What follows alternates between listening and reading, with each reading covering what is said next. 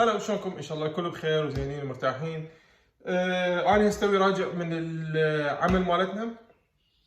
تقريبا هسه الساعه 2 الا 5. انا قاعد تقريبا بالاربعة الفجر ويا امنته راحت. حاولت انه ارجع انام ما قدرت. فبالسبعة وديت نمت للروضه. وهسه رجعت. اليوم انا لحد الان كل شيء ما ماكل. قعدت الصبح شربت 2 قهوه، كوبين قهوه مثل هذا، وهسه راح اشرب الكوب الثالث. راح اكل اول وجبه تقريبا الساعه 3 الظهر، وراها اروح للوظيفه مالتي. اللي اسويه اني طبعا اليوم ماكو تمرين لان انا تعبان، يعني راح اسوي شغلين. اللي اسويه اني بايام اللي ما اتمرن بيها شنو هي؟ احاول انه ما اكل ابعد فتره ممكنه. يعني هسه انا للثلاثه تقريبا وانا قاعد بالاربعه عندك حساب تقريبا 11 12 ساعه. مو لانه انا اسوي صيام متقطع ومن هالاشياء هاي، وانما انا اللي اسويه لانه وراي شغل، وراي وظيفه ثانيه راح اخلص تقريبا الساعه 2 بالليل. فاحاول انه احتفظ بسعراتي ايش قد ما اقدر حتى هناك اكل، لانه هناك راح اجوع. بايام اللي انا ما اتمرن بيها اقلل من الكارب مالتي وازود من البروتين. فهسه انا راح اشرب قهوه، ووراها راح اشوفكم اول وجبه راح اسويها. راح يكون بها تقريبا 50 الى 60 غرام بروتين. وجبه سهله، وجبه سريعه، وجبه سعراتها الحراريه كلش قليله. بالاضافه الى انه اليوم الشمس مثل ما نقول احنا بالعراقي تصقع صقع.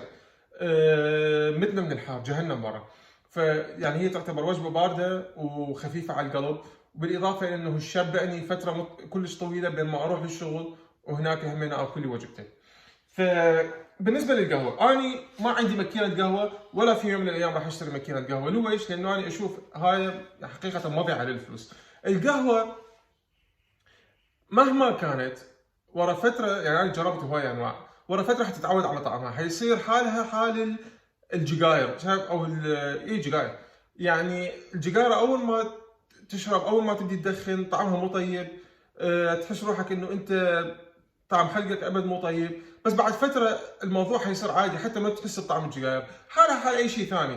هسه مثلا البري ورك اوت، اول ما تاخذه تشوف انه انت طاقتك كل زينه من تروح تتمرن بالجيم، بس ورا فتره من تستمر عليه تشوف روحك انه انت ما يفيدك. ليش؟ لان جسمك تعود عليه. طعم البري ورك اوت صار كلش طبيعي.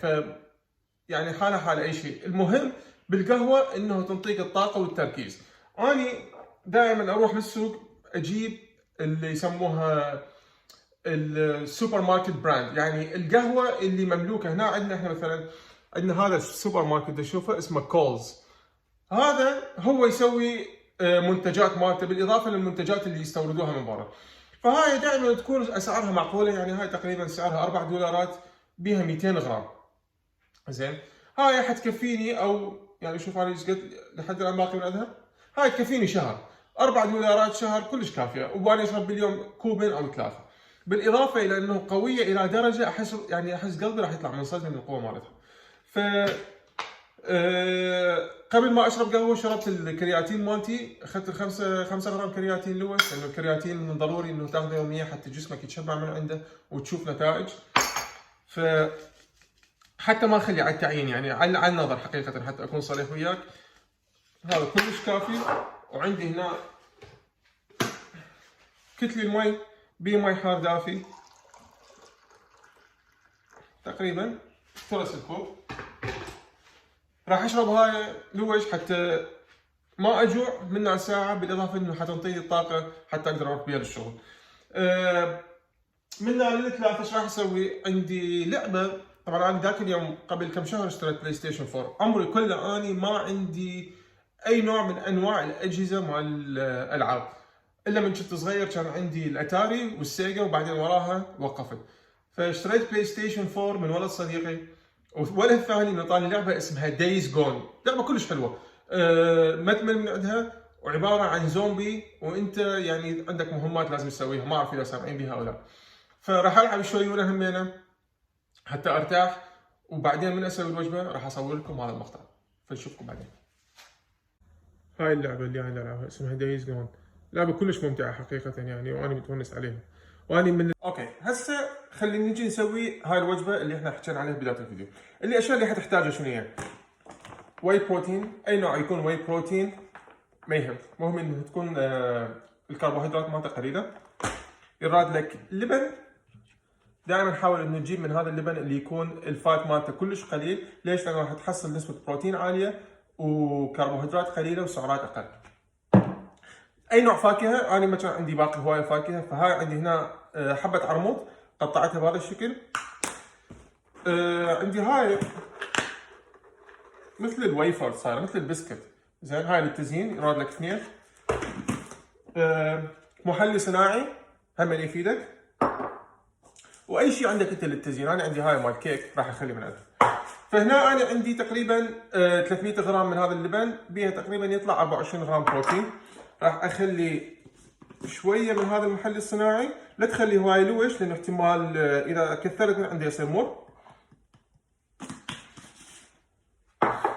راح نخلي سكوب بروتين. دائما حاول من تخلي او تستعمل بروتين باودر انه توزن السكوب مالتك. لوش؟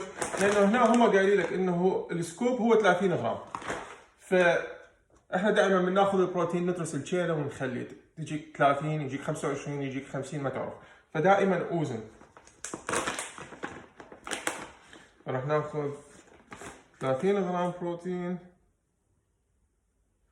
24،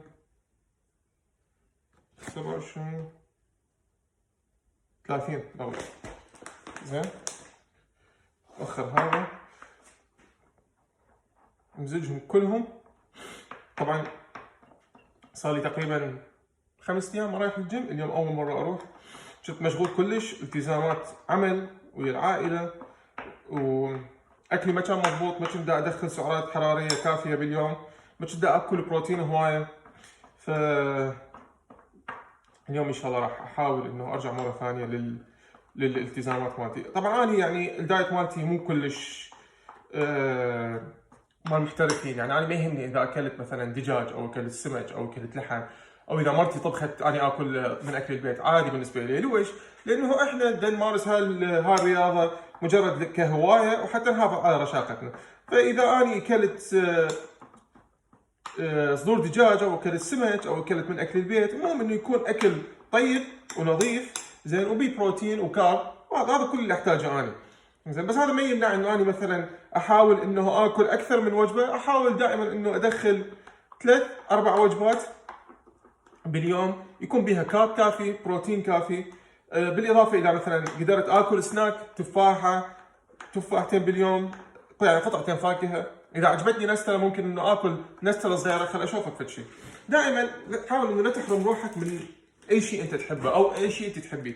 يعني مثلا اذا انت ردت انه تاكل في شيء حلو، كانت تكون سنيكرز مثلا، لا تجيب السنيكرز اللي تكون بالحجم العادي، يعني اللي هي الكبيره. جيب هاي الاشياء. شوف، هاي شيء صغير، حبه واحده تاكلها وفضت وراحت. هاي تقريبا بيها 80 سعره حراريه، يعني هي مو قليله، بس شنو تعطيك هذا الشعور انه انت اكلت سنيكرز. هاي خلاص ما حتظل بنفسك، ما حتظل تشتهي انه تاكل سنيكرز وتروح للاسواق وتتعنى وتشتري لك مثلا الحبه ام 250 بها قطعتين، هاي 500 تاكلها بدقيقتين وتخلص وتنحسب عليك سنيكرز. فهذا المزيج هيك يصير. شوفوا شلون صار. هسه راح تبقى شغله تزيين. نخلي عليه الفواكه مالتنا، هاي كلش كافيه، ما بخليها كلها. نخلي من هاي، حاول انه لا تكثر لانه هي صح صغيره بس يعني تبقى سعرات حراريه. خلي شويه من كل شيء. شكله صار كيوت. اوكي، بعد شويه منه. من هذا، هاي كل وحده بيها 15 سعره حراريه. نخلي 2.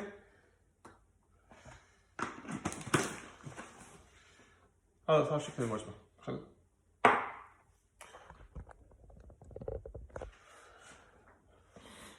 هذا صار شكل الوجبه. يعني يجوز ما اعرف اذا مرتب او مو مرتب، بس وجبه طيبه تخليك تشعر بالشبع لفتره طويله. يعني بعد ممكن اني ساعتين الى ساعتين ونص يلا اكل وجبه ثانيه بها نسبه بروتين عاليه كلش. ليش؟ لانه هذا اللبن كان ب 24 غرام بروتين. سكوب بروتين من هذا ينطيني 22 غرام بروتين، 24 22 هاي 46 غرام بروتين، كلش كافي.